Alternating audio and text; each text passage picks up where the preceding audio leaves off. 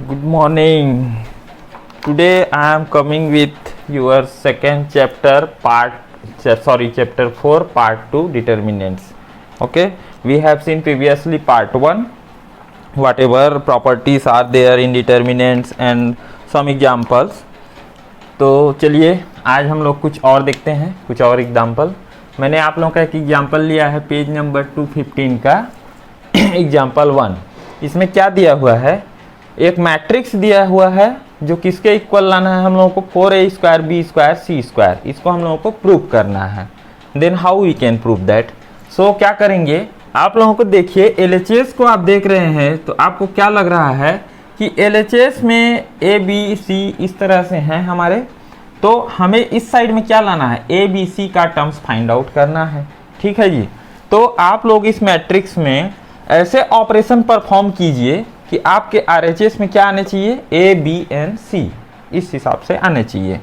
तो देखिए आपको यहाँ क्या लग रहा है देखने से कि ये जो हमारा रो है, ये रो में क्या सभी में कॉमन क्या है जी, A कॉमन दिख रहा है फर्स्ट रो में. ठीक है, ये क्या है हमारा फर्स्ट रो है, ये सेकेंड रो है, ये थर्ड रो है, ये सब क्या है हमारे कॉलम 1 कॉलम 2 कॉलम 3 ये है. ठीक है, तो इसमें क्या दिख रहा है, देखिए फर्स्ट रो में A कॉमन दिख रहा है, सेकेंड रो में B कॉमन दिख रहा है एंड थर्ड रो में C कॉमन दिख रहा है.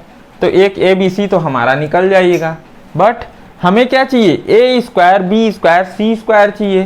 तो और देखिए और कुछ हो सकता है क्या, ऑफ कोर्स हो सकता है. क्या हो सकता है जी, ये हमारा कॉलम 1 में देखिए, कॉलम 1 में कुछ कॉमन है क्या, तो यहाँ पे A कॉमन है, ये कॉमन है, ये कॉमन है, इस तरह से दिख रहे हैं. ठीक है, इसमें क्या कॉमन है जी, B कॉमन है, इसमें क्या कॉमन है, C कॉमन है. तो हमारे पास दो ऑपरेशन करेंगे जिसमें ABC निकल जाएगा. पहला रो में करना पड़ेगा और दूसरा कॉलम में करना पड़ेगा. ठीक है, तो चलिए हम लोग रो से क्या करते हैं, फर्स्ट रो से हम लोग A1 को निकाल लेते हैं बाहर, सेकेंड रो से B को बाहर निकाल देते हैं और थर्ड रो से C को बाहर निकाल देते हैं. ठीक है, so what we have do, taking A from R1 B from R2 C from R3 H common. ठीक है, तो A B C मैंने अब कॉमन ले लिया, तो क्या बचा वो लिख दीजिए. यहाँ से एक A बाहर आ गया तो क्या बचा जी, -A. यहाँ से A बाहर आया तो क्या बचा B. सॉरी ये थोड़ा मैं मिस्टेक लिख दिया हूँ, है ना. चलिए मैंने क्या थोड़ा उल्टा कर दिया था ये ऑपरेशन को. तो अब क्या बचा हमारा, यहाँ से A मैंने बाहर लिया तो यहाँ B बच गया, यहाँ A बाहर लिया तो C बच गया. यहाँ से B को आप कॉमन निकाल रहे हो तो B को कॉमन निकाल रहे हो तो क्या बचेगा जी, यहाँ से हमारा B कॉमन निकलेगा तो यहाँ से B सब कॉमन निकल जाएंगे तो मेरा बचा A. यहाँ क्या बचेगा -B, यहाँ C. थर्ड रो से क्या हो जाएगा, यहाँ से मेरा क्या बचेगा, अब बाहर निकल गया है, क्या बाहर निकला है थर्ड रो से हमारा, थर्ड रो से C बाहर निकला है तो मेरा बचेगा A, यहाँ पे B और यहाँ पर -C. क्लियर है. अब क्या करेंगे दूसरा, तो एक ABC हमारा निकल गया. सेकेंड ABC के लिए हम क्या करेंगे, कॉलम में ऑपरेशन करते हैं. तो taking A from C1 B from C2 C from C3 H common. तो यहाँ से A ले लो, यहाँ से B और यहाँ से C ले लोगे तो क्या बचेगा, 1 1 1 बचेगा. ठीक है, अब इसमें देखिए हमको अब क्या लाना है, ये तो हमारा आ गया A² B² C², ये हमने फाइंड आउट कर लिया. But what we have to do, next thing is we want 4. तो हम लोगों को ये मैट्रिक्स को सॉल्व करना है, सॉरी डिटर्मिनेंट्स को, और क्या लाना है हम लोगों को, 4 लाना है. आप डायरेक्टली भी सॉल्व करोगे तो आएगा, बट थोड़ा इजी बनाने के लिए आप ऑपरेशन कर सकते हो इसमें चाहो तो. ऑपरेशन में क्या दिख रहा है जी, यदि मैं इनको जोड़ूं, इन दोनों को मैं जोड़ देता हूँ, ऐड कर देता हूँ, तो क्या होगा, ये 0 बन जाएगा, ये 0 बन जाएगा, दिख रहा है. तो दो एलिमेंट मेरे ऑलरेडी 0 हो गए, एक एलिमेंट बचेगा तो एक ही को मेरे को सॉल्व करना पड़ेगा. So what we have done in C1 plus C2. C1 में हमने क्या किया, C1 प्लस C2 कर दिया तो ये मेरे 0 बन गए, ये भी 0 बन गया, ये 2 बचा, बाकी ये. ठीक है, अब इस एलिमेंट को ले लो और आप उठा लो, सॉल्व कर लो. तो क्या करते हैं जी हम लोग इसको सॉल्व करने के लिए कि हमारा साइन क्या रहता है, ये प्लस ये माइनस और अगेन ये प्लस, तो ये प्लस में ही रहेगा तो मैंने प्लस लिख दिया. और क्या करते हैं, इस रो को छोड़ दो और इसको छोड़ दो, इतने को आप छोड़ दो, जो बचा उसको लिख दो आप. ठीक है, लिखने के बाद इसमें क्या होता है, यह मल्टीप्लिकेशन होता है माइनस ये मल्टीप्लिकेशन, वही चीज़ मैंने यहाँ कर दिया। ठीक है, उसके बाद जब सॉल्व किया तो क्या आया 1 + 1 2, 2 2 जा 4, तो ये आ गया मेरा 4, यही हमारा RHS था। तो ये प्रूफ हो गया। ठीक है, चलिए दूसरा एग्जाम्पल देखते हैं।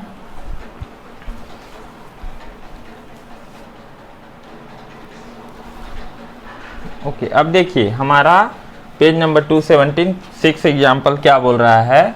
हम लोगों को एक मैट्रिक्स अगेन दिया है और दूसरे मैट्रिक्स को हमें प्रूव करना है। तो क्या करेंगे, इस मैट्रिक्स को आप देख रहे हैं तो इसमें क्या है, सेम ABC का टर्म्स है, बट यहाँ पे बाहर क्या करना है जी हम लोगों को, A - B, B - C and C - A। जब इस तरह से आप क्वेश्चन में देख रहे हैं तो आपको क्या थिंक करना है कि how to find A - B, B - C, C - A from given matrix. तो आप देखिए इसमें क्या है, इस रो को देखिए, इस रो को देखिए, यहाँ पे A वाले टर्म्स हैं, यहाँ पे B वाले टर्म्स हैं। तो क्या हम लोग इस रो से इस रो को सब्ट्रैक्ट करेंगे तो हमें A - B मिलेगा क्या जी, जरूर मिलेगा। ठीक है, और इस रो में और इस रो में देखिए 2 और 3 में देखिए, इसमें से मैं इस रो में इस रो को माइनस कर दूं तो मेरे को क्या मिल रहा है, B - C मिल रहा है। ठीक है, तो चलिए करते हैं, R1 में करते हैं R1 - R2, R2 में करते हैं R2 - R3। ठीक है, आपको समझ में आ रहा है ना कि हम लोग ऐसा ही ऑपरेशन क्यों कर रहे हैं, क्यों, क्योंकि हमें यहाँ फाइंड आउट करना है। क्लियर है, ठीक है, तो ये हो गया। तो मैं R1 में R2 करता हूँ, मतलब ये मेरा R1 है और ये मेरा R2 है। तो R1 - R2, तो इसमें से इसको माइनस करो आप, तो 1 - 1 A - B, A² - B²। इसी तरह क्या करना है जी, R2 में ऑपरेशन करना है, R2 - R3। यहाँ पे ध्यान रखिएगा लिखने टाइम, ये मैं R2 में लिखा हूँ तो R2 और एरो का निशान इस तरह से है। ठीक है, यदि R3 में करता तो R3 में भी आप ऐसे कर सकते हो, R3 में करेंगे हमें R3 - R2 इस टाइप से। ठीक है, तो चलिए आगे बढ़ते हैं। तो ये हो गया हमारा, इतना आ गया मैट्रिक्स। अब देखिए इस मैट्रिक्स को देखने पे ये तो मेरा 0 हो गया, ये 0 हो गया। यहाँ पे क्या दिख रहा है जी, A - B, A² - B²। तो A² - B² का फॉर्मूला क्या होता है, A - B, A + B। तो यहाँ इस रो से मेरा A - B बाहर निकल जाएगा, जो कि मेरे को क्या है, नीड है। ठीक है, तो यहाँ से आप A - B बाहर निकाल दो। सेम क्या करना है, R2 है, R2 से B - C दिख रहा है, तो ये आप बाहर निकाल दो। तो ऑपरेशन क्या होगा, taking common A - B from R1, B - C from R2।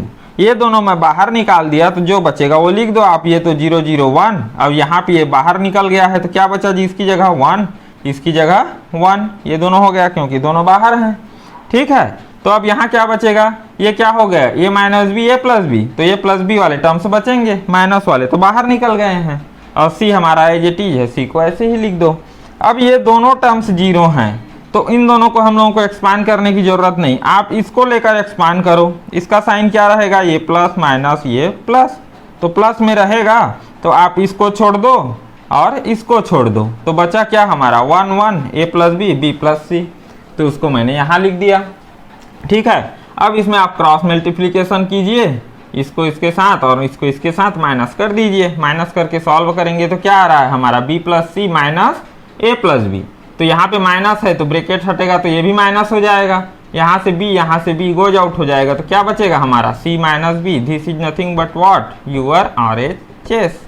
ठीक है, प्रूफ हो गया। तो इस तरह से आपको क्वेश्चन को देख के थिंक करना है कि हम लोग किस टाइप से ऑपरेशन परफॉर्म करें तो हमारा गिवन वैल्यू जो है वो आएगा। ठीक है जी, okay.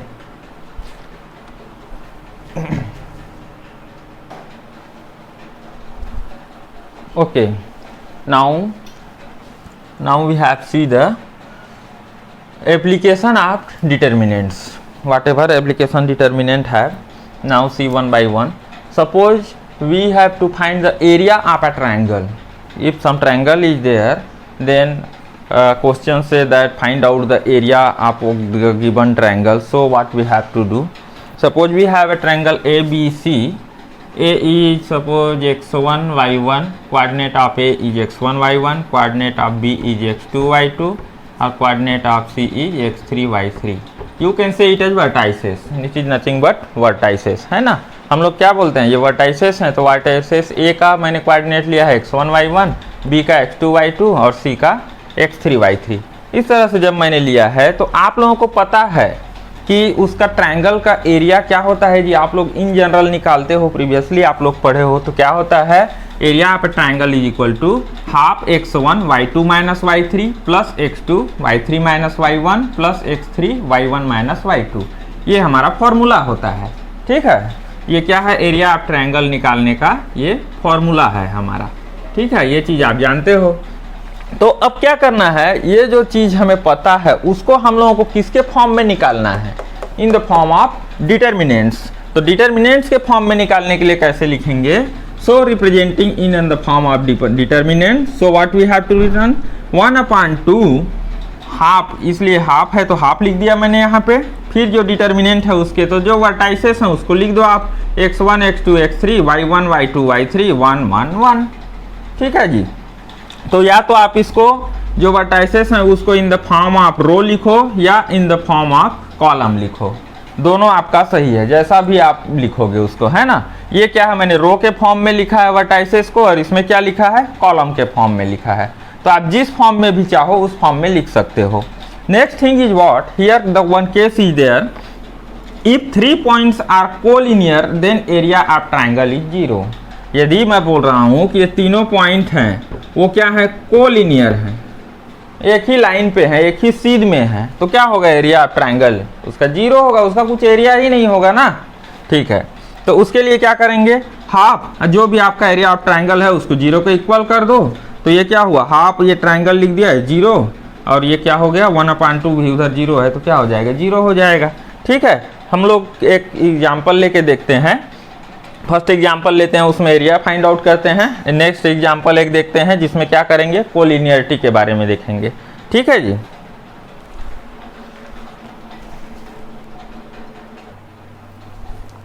Okay, now page number 234 example 2 क्या दिया है हमें, 2 7 1 3 10 8, ये 3 वर्टाइसेस दिए हैं।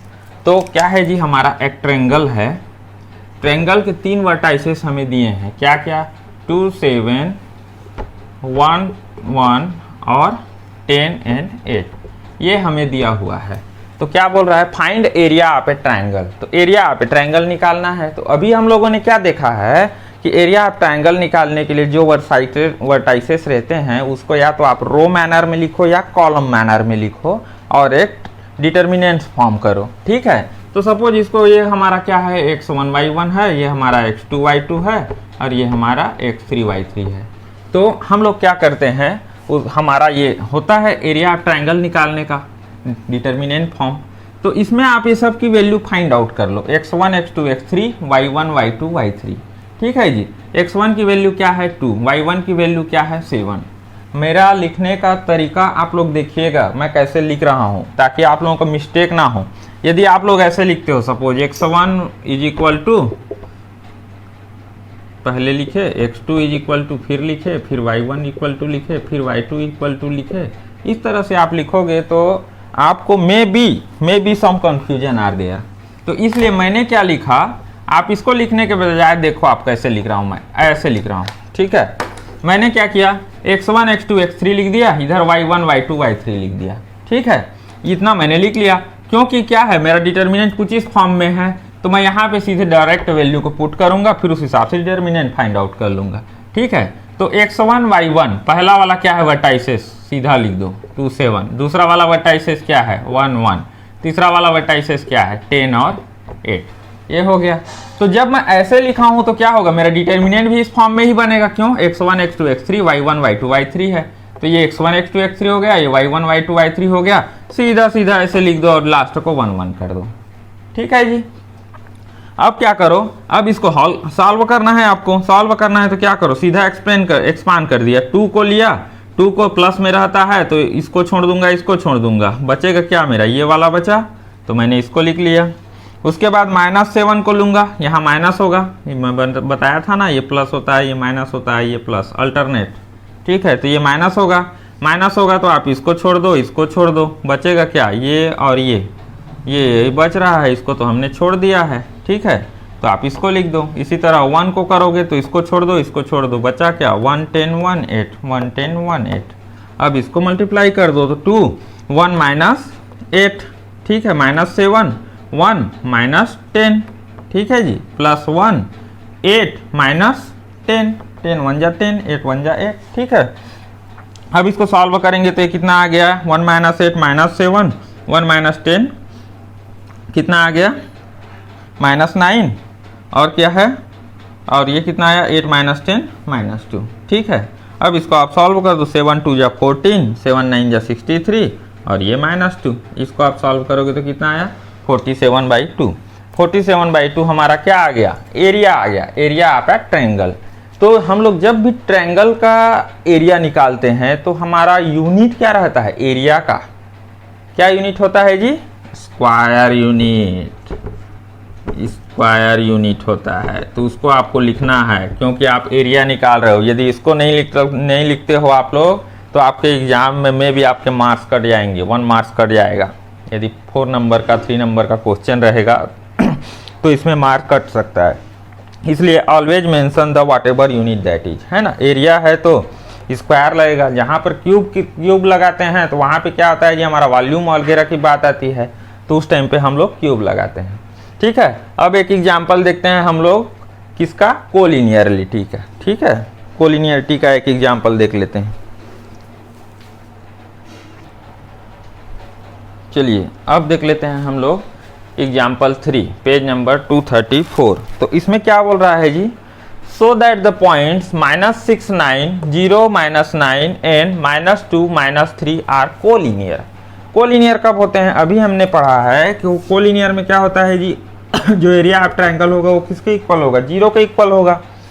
एरिया ऑफ ट्रायंगल क्या होता है ये हमें पता है, इसका फार्मूला है ना, इंडिटरमिनेंट्स फॉर्म, ठीक है। तो चलिए अब हमें क्या चाहिए, x1 y1 x2 y2 x3 y3 चाहिए। तो अभी मैंने जैसे बताया लिख दिया x1 x2 x3 y1 y2 y3, एक एक कोऑर्डिनेट को लिखते जाओ। क्या था, -6 9, दूसरा क्या था 0 -9, तीसरा क्या था -2 -3। अब ये क्या होना चाहिए, एरिया ऑफ ट्रायंगल 0 के इक्वल होना चाहिए। तो मैं क्या लिखता हूँ, इसको 0 के इक्वल करना है हम लोगों को, है ना। तो अब क्या करो, यहाँ पे आप नोट डाउन करो, यहाँ पे 1/2, और ये क्या हो गया आपका जो है -6 0 -2 9 -9 -3 1 1 1। ये किसके इक्वल होना चाहिए, 0 के इक्वल आना चाहिए, तब हमारा ये क्या हो जाएगा, शो हो जाएगा, ठीक है। तो अब इसको आप सॉल्व करो। सॉल्व करेंगे तो क्या होगा, रो को पकड़ के सॉल्व करते हैं हम लोग, किसको, रो 1 को, ठीक है। R1 को लेके सॉल्व करते हैं तो 1/2 बचा क्या जी हमारा। अब देखिए यहाँ पे एक चीज़ और, ये 1/2 की मेरे को नीड है क्या, नहीं, क्यों, क्योंकि ये डिटर्मिनेंट 0 के इक्वल होगा ना, तो ये तो ऑलरेडी 0 हो जाएगा, इधर जाएगा तो इसको मैं हटा देता हूँ यहाँ से, ठीक है जी, समझ में आया। अब क्या है, रो 1 के हिसाब से इसको एक्सप्लेन करो, एक्सपांड करो। तो -6 पहले है, -6 ले लो। अब जब इसको लेते हैं तो क्या होता है जी हमारा, इसको छोड़ दो, इसको छोड़ दो, ये दोनों बचे, तो क्या हो गया हमारा -9 -3 1 एंड 1। अब दूसरा वाला किस में रहता है, माइनस में रहता है, तो मैंने माइनस कर दिया, -9 ये हो गया। इसकी बारी आएगी तो क्या करेंगे हम लोग, इसको छोड़ देंगे और इसको छोड़ देंगे, तो क्या बचा हमारा, ये दोनों बचा, तो आप उसको लिख दो 0 -2 1 एंड 1। अब क्या है जी हमारा +1 है, तो आप इसको छोड़ दो और इसको छोड़ दो, क्या बचा हमारा, ये दोनों बचा, तो 0 -9 -2 और -3, ठीक है, इतना बचा हमारा। अब इसको क्या है, सॉल्व कर दो आप, तो ये हो गया -6, इसको करेंगे तो -9 और ये माइनस है तो माइनस पहले लिख दो, फिर ये -3 × 1, तो क्या हो जाएगा जी, माइनस माइनस का +3 हो जाएगा ये, ठीक है, ये समझ में आया, okay.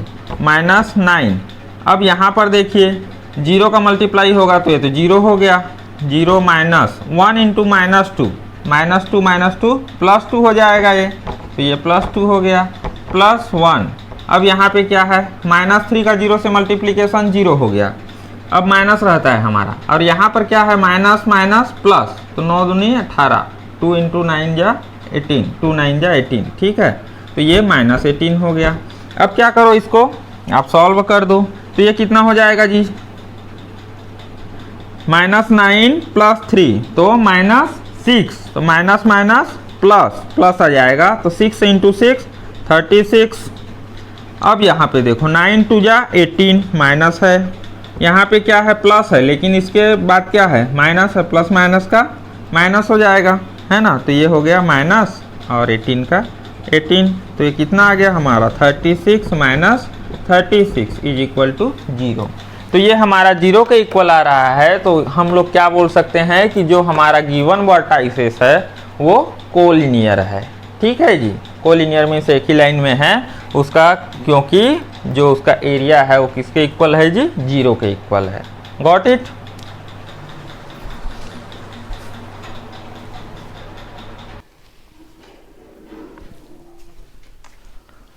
Now what we have now, adjoint of a matrix.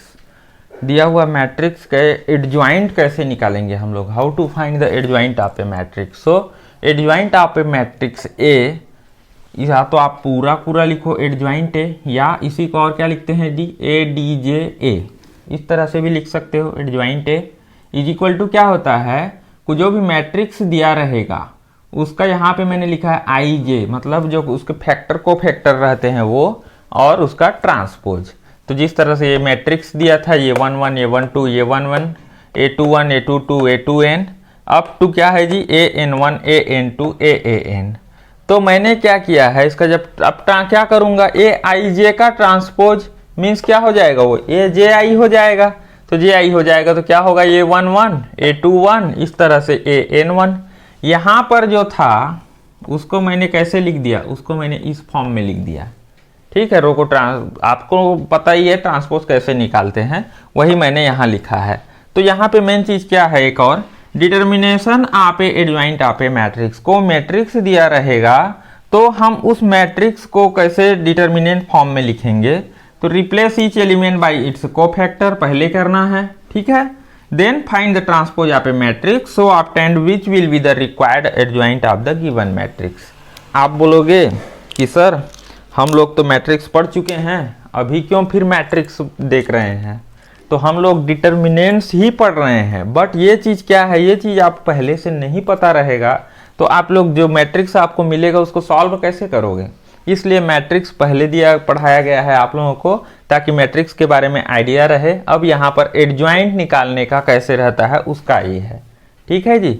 चलिए इसको तो समझ जाइए, फिर उसके बाद हम लोग एग्जाम्पल देखेंगे तो और क्लियर होते जाएगा। क्लियर।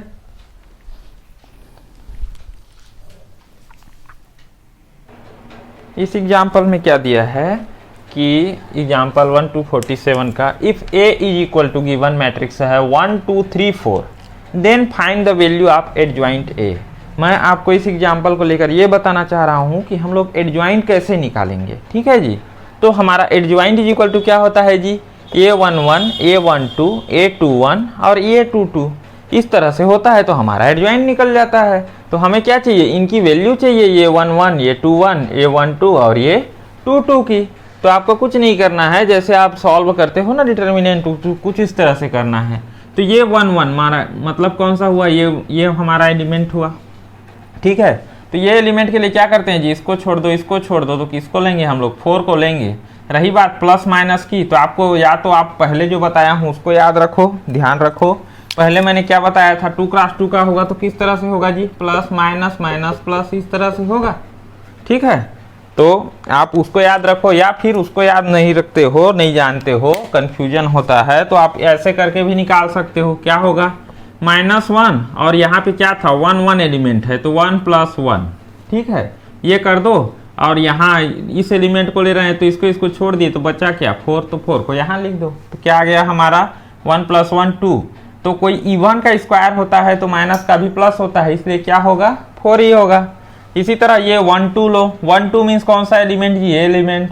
तो इसमें क्या क्या करना पड़ेगा, इसको छोड़ो और इसको छोड़ो, तो बचेगा क्या, ये बचेगा हमारा 3। तो इस 3 को लो, और 1 + 2 है तो 1 + 2 को यहाँ रख दो, तो ये कितना हो जाएगा 3 हो जाएगा। तो माइनस कौन सा है, ऑड नंबर है, तो ये किस में आएगा, माइनस में आएगा। सिमिलरली 2 1 2 + 1 ऑड नंबर तो माइनस में आएगा। वैल्यू कितनी है 2 1 की 2, तो इसलिए 2 हो गया। सिमिलरली A22 मीन्स ये एलिमेंट, इसको छोड़ दो इसको छोड़ दो, बचा क्या 1 1 बचा, 1 + 1 इवन नंबर है तो पॉजिटिव आएगा। अब क्या करना है आपको, आपका जो एडजॉइंट वाला फार्मूला है उसमें आप रख दो इसकी वैल्यू को A11 कितना है जी हमारा 4, A12 कितना है हमारा -3, A21 कितना था -2 और A22 कितना है हमारा 1। तो ये रख दो, ये आपका आंसर हो जाएगा। क्लियर है? तो इस तरह से आपको एडजॉइंट निकालना है। ठीक है जी।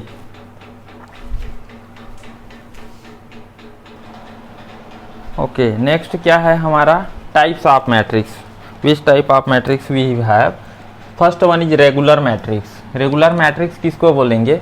अ मैट्रिक्स अ स्क्वायर मैट्रिक्स। यहाँ पे ध्यान रखिएगा, ये मैट्रिक्स क्या होना चाहिए? स्क्वायर मैट्रिक्स होना चाहिए। A square matrix is said to be singular if its determinant is 0।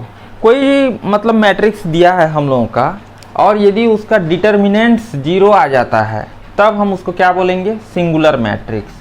और कोई मैट्रिक्स ऐसे दिया है जिसका डिटर्मिनेंट्स 0 के इक्वल नहीं आता है तो उसको हम लोग नॉन सिंगुलर मैट्रिक्स बोलेंगे। तो कैसे लिखेंगे उसको? A square matrix is said to be non singular if its determinants is not equal to 0। ये 0 के इक्वल नहीं आना चाहिए, तब क्या है? नॉन सिंगुलर मैट्रिक्स है, या इसी को क्या बोलते हैं जी? रेगुलर मैट्रिक्स बोलते हैं। ठीक है, ध्यान रखिएगा, रेगुलर मैट्रिक्स बोल दिया क्वेश्चन में तो हड़बड़ाना नहीं है कि वो क्या चीज़ है कह के। रेगुलर मैट्रिक्स को ही क्या बोलते हैं? नॉन सिंगुलर मैट्रिक्स बोलते हैं। ठीक है, तो एक बस इतना ध्यान रखिए, 0 के इक्वल है तो सिंगुलर है, 0 के इक्वल नहीं है तो नॉन सिंगुलर मैट्रिक्स है। और properties of adjoint of a matrix, क्या प्रॉपर्टी होते हैं? तो इसमें प्रॉपर्टी ये किस में फॉलो होते हैं? स्क्वायर मैट्रिक्स रहेगा तब फॉलो होंगे। तो क्या होता है? ए एडजॉइंट ऑफ ए, दोनों का मैं मल्टीप्लिकेशन करूं या एडजॉइंट ऑफ ए का ए से मल्टीप्लिकेशन करूं तो वो क्या होता है जी? डिटर्मिनेंट ऑफ ए इंटू आई। आई क्या है हमारा? Unit matrix of same order. जैसे 2 क्रॉस 2 का रहेगा तो आई भी 2 क्रॉस 2 का होगा। 3 क्रॉस 3 का यदि मैट्रिक्स दिया रहेगा तो आई भी कितने का होगा? 3 क्रॉस 3 का होगा। ठीक है, दूसरा प्रॉपर्टीज क्या बोलता है?